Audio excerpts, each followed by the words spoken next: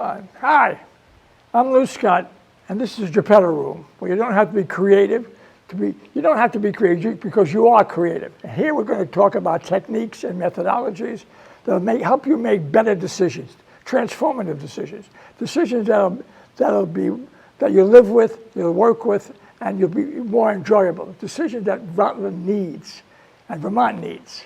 Today I have a special guest. Now, all my guests have been special, but this one is special because his background is so eclectic.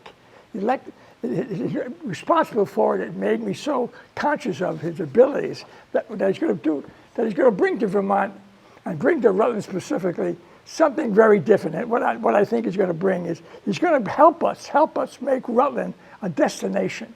He's going to help us bring people to make special trips to experience Rutland. That can be done, and this man is going to help us.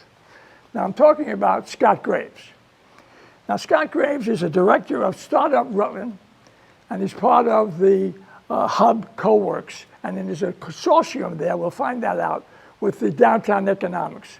But he's heading that up right now, and they're in, and they build themselves as an incubator. Well, in my opinion, they're much more than that.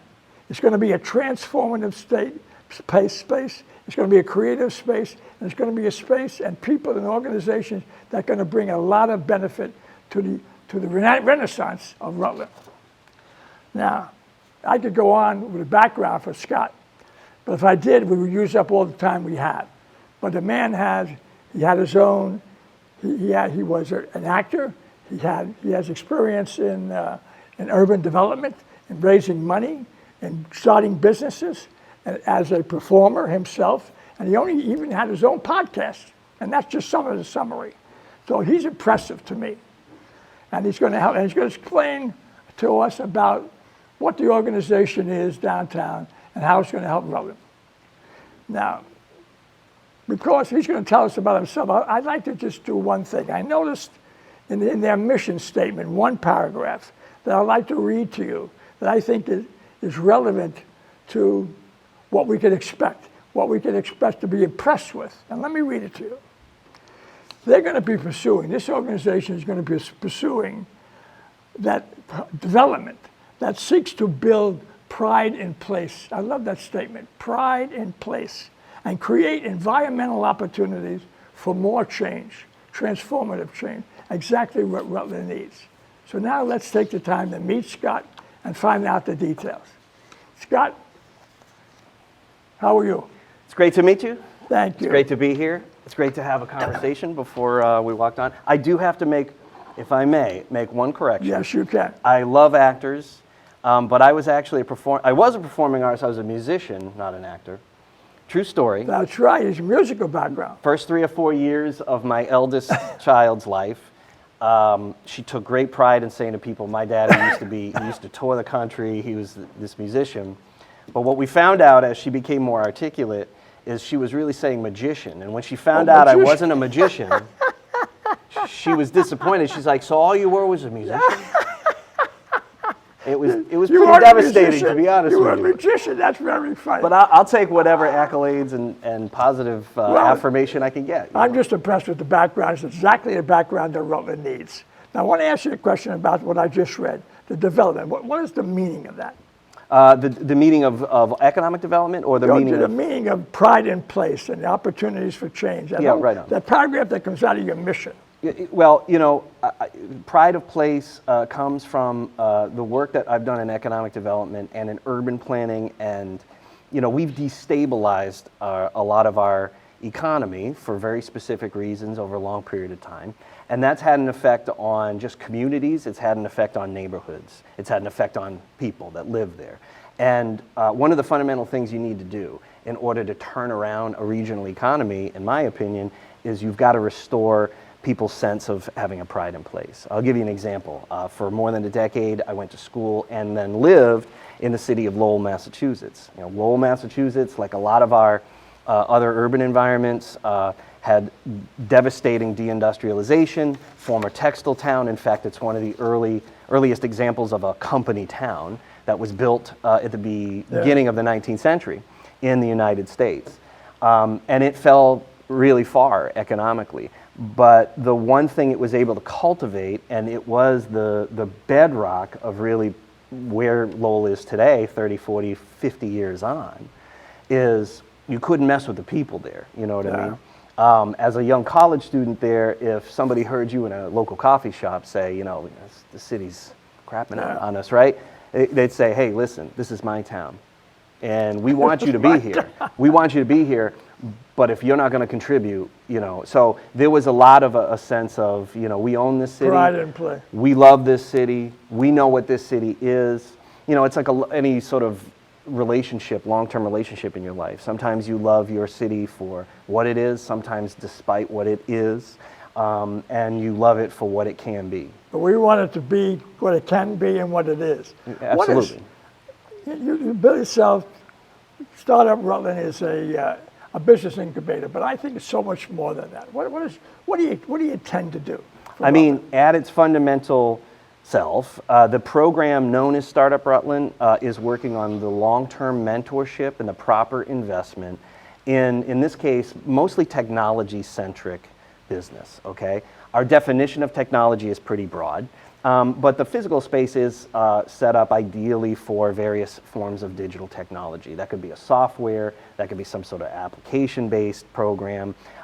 It can be other, it could be something in waste to energy. It could be something in some form of sustainability or climate solution, okay?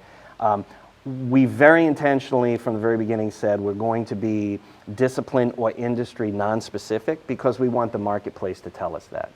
Another part of my mandate in taking on the project is over time to build a nationally recognized program, okay? And that to me says we bring people in that are Vermonters already, that have been here in some cases for generations. They have some intellectual property that could be cultivated and build a business around that because they want to stay here in the state of Vermont and they want to stay here in Rutland County. At the same time, we want to bring people from the rest of the country, maybe even the rest of the world, right? Because if we can aggregate the human energy of people coming from all around with the best ideas to turn into businesses, and they work together once they get here, that starts to become a central location that's interesting to additional business people. It's interesting to real estate developers. It's interesting to the innovation developers who invest in their businesses. So you're inviting what you call cohorts or teams, people Correct. who might come in and have technological business, they might have inventions, ideas, and they're not only going to come to this place and nurture those ideas, but they can react to other people who have similar ideas or concepts or same dreams. That's right. One of the most important things in all business for people who are starting a business from scratch is to have what I call runway, right? That is simply to say, what? to have runway. And that's simply to say that you have enough time and enough, this really translates to money banked in a way so that you can have time to really cultivate the product. You know, so a direct example of that, one of our early adopter companies right now, named Tacitly, is working on refining their team, and that progress has gone really well. This is a crack team of coders who do a great job with the kinds of solutions that they want to focus on. They know they want to focus on healthcare with their solution, okay? The question is, what is the final product? They create virtual reality training products. So the question becomes, what is the most attractive product to the people who buy that product? And that takes time to figure out. It's not as easy So you're going to be helping them from their marketing standpoint, understanding the marketplace and segmentation. There's a marketing element to all this invention also in this organization. Right, so really, you know, incubation is really about these fundamental aspects of the business, having enough time to truly cultivate them, become successful at them, build the skills of the people there. Creative people, founders of business, founders and inventors of things, products and services, they still need a team around them. They know how to manage a business, they know how to manage finance, they know what HR looks like once you've built a team. They understand marketing, they understand how to do the research for marketing, right? So we help them build out those teams, we help them conceptualize better product, we help them in whatever the specific ways they need, and much of that is done less through classroom education, although we do have some of that already, but through mentorship, people who have done it before. So they're meeting other people, they're networking, and people who have done it before and can contribute more expertise. And we're coupling that with various forms of investment, okay? We're doing a lot of fundraising right now related to that, both from within our four walls, so to speak, and from afar, okay? So all of this is really fueled. The fuel that fuels business is, in fact, capital. And so we're working on that aspect of it as well. The money that you raise will be used to advance companies. That's correct. To develop companies. That's correct. You make a point about the notes you gave me about this is not a get quick scheme. It's a long term. Explain that to me. What is a quick? Specific to technology industries, a lot of venture capital. These are various equity-based schemes for investment. One of the things that it often does is it extracts people from a physical location. It extracts the wealth that would be built long-term through the cultivation of that business to some other people or some other place other than where it first came from. That would be a problem for us because the impetus behind creating both Startup Rutland and MKF Properties investment in the Hub Coworks was to build wealth here. Not just for Rutland City, but for everybody in the region. Our responsibility is not just to the city, but to Rutland County as a whole. And you don't get there if you take money from all interested parties, but most of those interested parties, as an example, would take the wealth built as a result of that business long term, and it would go somewhere else to some other people. So I don't have all the answers, but I do know that through intentional design, we can build ways to maximize the amount of wealth that stays here. Yeah. And some of this is simple stuff, Lou. It's simple to conceptualize. The reason why it's not done is not because people in various parts of the country don't have an interest in it, but because there's complex economic reasons why we just haven't gone there yet. But there's a lot of us concerned throughout the country in innovation about how do we keep wealth for the neighborhoods, for the people who built the businesses in the first place. And I think this is a ripe time for us to be experimenting on that. I think it's our responsibility to build that kind of When seeking these cohorts, or seeking these teams with these business developers, do you have preferences you would like to see? Or are you just going out and seeing what's out there? Are you going directly to a particular type of company, particular type of healthcare or an industry? Yeah, there are things that are hot right now. We've been approached by either programs or individual teams early on before we've even started to market a program in med tech, in virtual reality, extended reality. They approach you saying we like to take advantage of your capabilities and say we'd like to take advantage of the program. We want to stay here in Rutland. We think this is a good place for us. Now, that having been said, we want to be exactly what I just exemplified. We want to be market driven. A lot of economic development is top down. People are told this is what's coming, this is where the funding's coming from, this is what the funding can be used for or not. And it may be responsive or it may not be responsive to the needs of that town, that city, that neighborhood. But usually it's by luck. We don't want to do that. I want people. About hot markets. What's a hot market? Med tech is very interesting right now.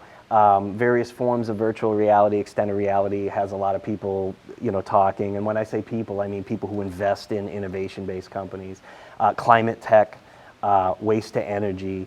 And there's a lot more. And I'd love to have all of them here. But I also want this to be driven by the people who are most interested in building their economy again in this region. I don't want it to simply be that we dictate, hey, this is where the money's coming from. This is how you can use it. This is what we're going to build. I also want us to be diverse. I think pretty much in the United States, we've played out the idea that this town's going to be a shoe town, and this town will be a computer town, and this town will be the one-trick pony approach to industry did not work.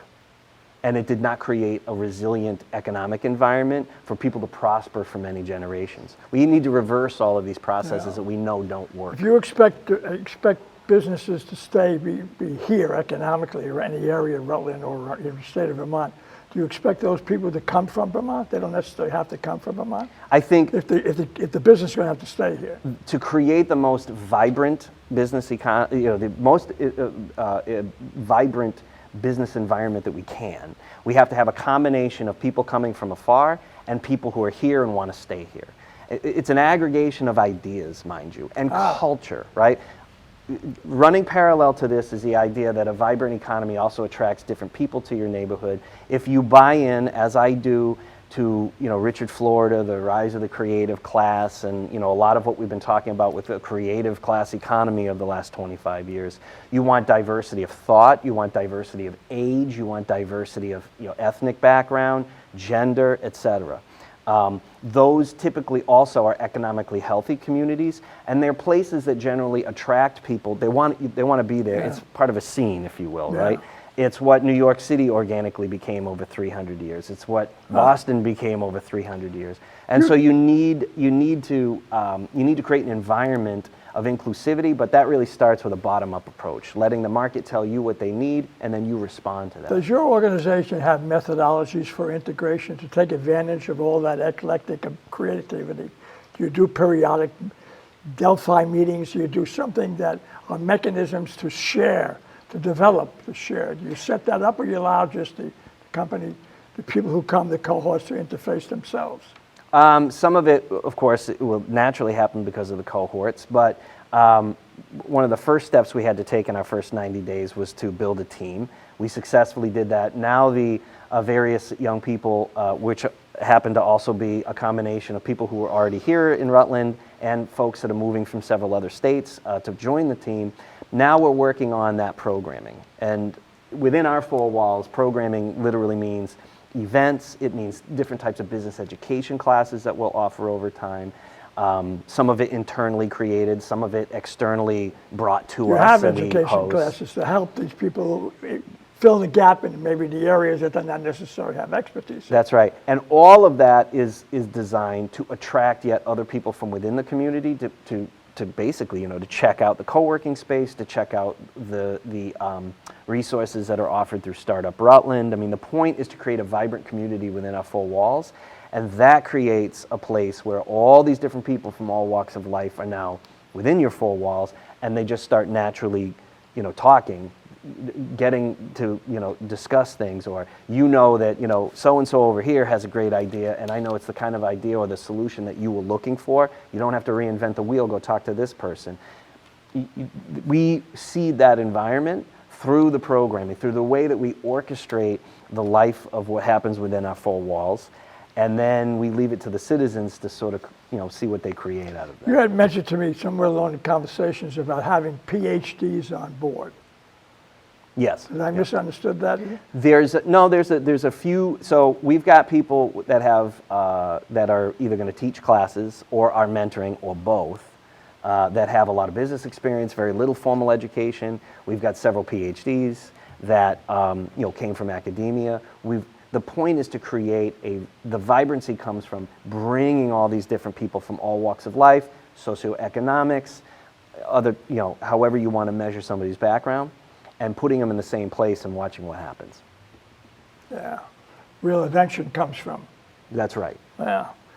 You had mentioned again, I want to use it again, the idea that you're actively involved in fundraising. Just give me elaboration. Fundraising. So one of the most direct ways that we can create this, that manifests this idea that we're going to build wealth here and keep as much of that wealth as possible within our region, is to create our own sources of venture capital. We've recently launched our first campaign on that. Rather than this being sort of like a short-term campaign and it ends, and this is something that my incubator director, Mos Casaro, and I are doing all the time. It's a big part of the reason why we exist as staff for Startup Rutland.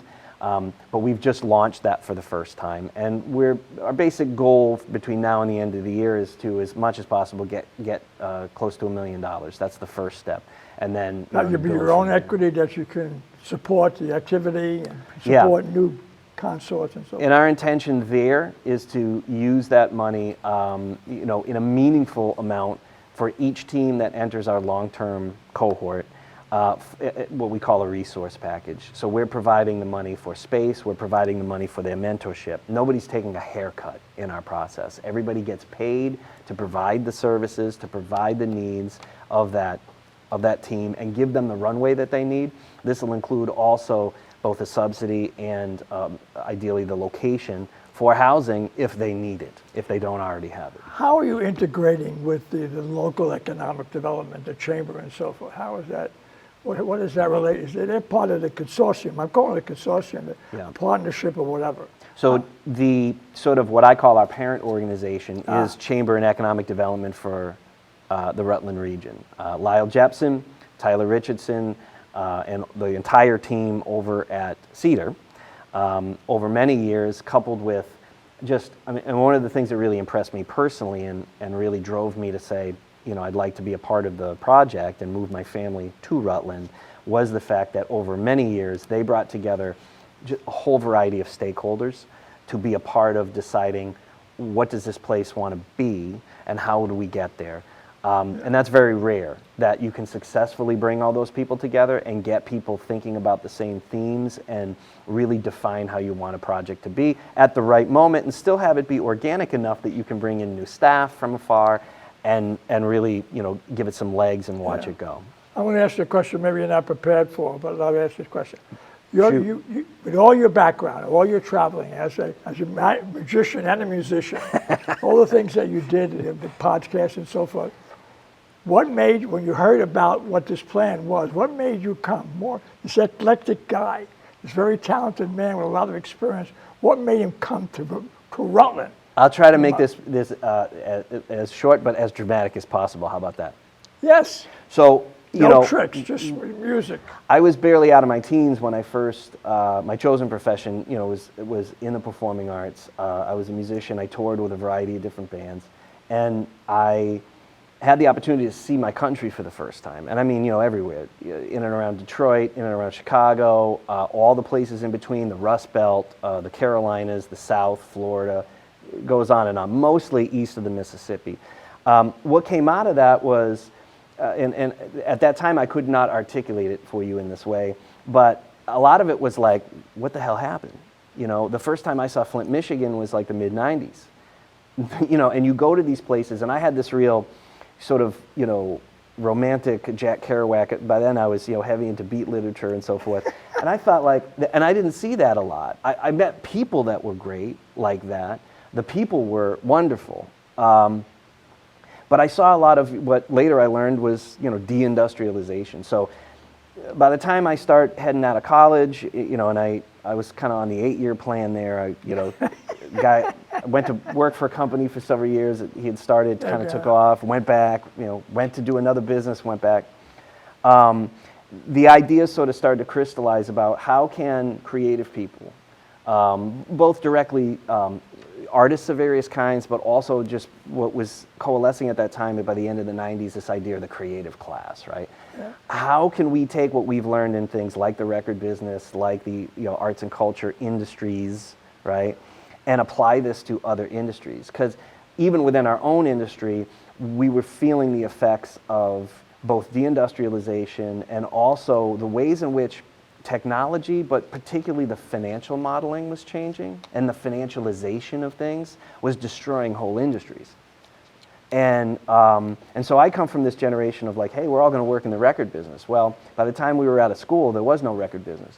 And there's a variety of complicated reasons for that, but ultimately the industry we were preparing for sort of fell by the wayside because of bad decision making, predatory decision making. The financial models underlying all of it were not designed to sustain or grow an industry. They were the opposite of that in a bunch of different ways. So it started then to coalesce how can we work for people outside of the creative arts and the record business and all those industries to benefit the way we're thinking about things. And I think people often don't want to talk about the unsexy part of business. That is to say, the financial model and how we manage finance and everything. But it's really in there where we need the most innovation and inventiveness right now. There's a lot of us that work within innovation at different levels, academic, industry, or otherwise, that feel the same way. So you see that coalescing in Vermont, in Rutland?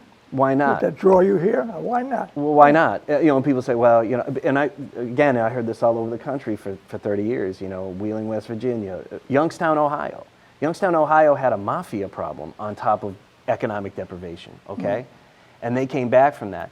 Would you say now to somebody living in a place like Greenville, South Carolina, right, that on top of deindustrialization had the problems of Jim Crow?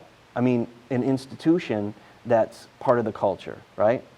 And they've dealt with that, right? They haven't solved none of these places have solved all their problems, but they got sick and tired of being sick and tired, and they've worked for, in some cases, a half century or more, intentionally to turn things around for a maximum number of the citizens that live there. Why not here? I mean, you know, and this is Vermont. This is a place that was rooted in agrarian culture, and I know no people that are more inventive and innovative than farmers.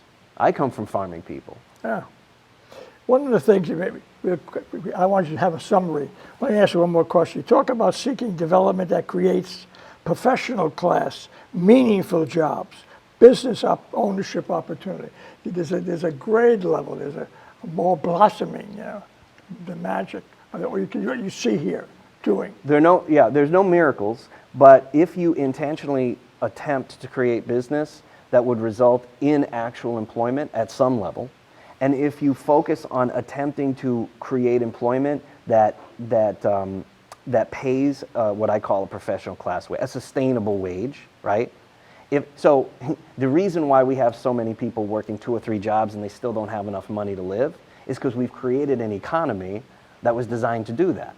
Whether we can have a separate debate on whether that was intentionally done or not, but that's what we created. All of these things are human-made problems, right? They're not accidents and they're not fate. Mother Nature did not create that. If we intentionally say what we want to do is create professional class jobs that pay, but they're also meaningful, work that people want to do, right? Yeah. Why would we create work?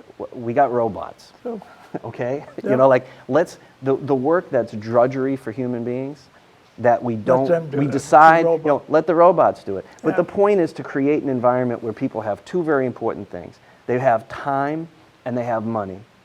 For 6 years, I owned a music merchandising company. It was very important that my customers had 2 things. They could have money, but if they didn't have the time to participate in our activities, we weren't going to make any money. And that's what our local bookstores need. That's what our coffee shops need. That's what our restaurants need. That's what our downtown needs, is people, a marketplace where people have both the time and money to spend in those shops. Give me, in the last moments here, give me a little summary of what you plan to accomplish, or your mission, or anything you want to say in summary. I'll say that by the time this year ends and we launch into 2024, our goal right now is to have the first round of fundraising completed. We will have gone through our 5-week accelerator sometime in September and October, which is also going to allow us to realize hopefully a deep pool of applicants for a long-term cohort.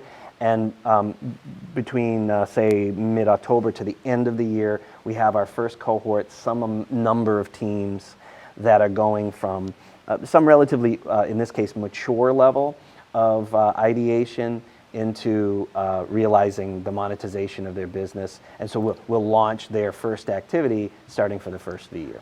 Well, that's it for today. That's the Geppetto Room. Are you impressed? I'm impressed. Are you impressed with the ability of this organization, directed by this individual, Scott Graves, to do so much for Vermont Renaissance, to make it again, to make it a place where that people will go out of their way to experience Rutland? This is the Geppetto Room. I'm Lou Scott. Until next time.